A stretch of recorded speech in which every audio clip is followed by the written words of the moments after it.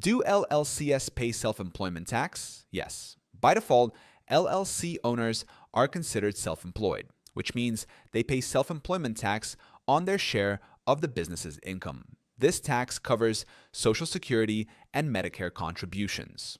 The current self-employment tax rate is about 15.3%.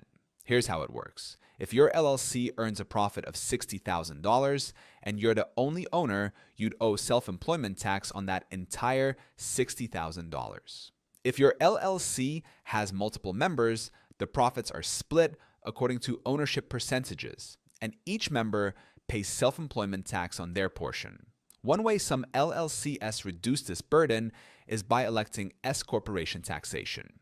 In this setup, the owner pays themselves a reasonable salary, which is subject to payroll taxes. But any additional profit can be taken as distributions, which are not subject to self-employment tax. This can create savings if the business earns more than the owner's salary.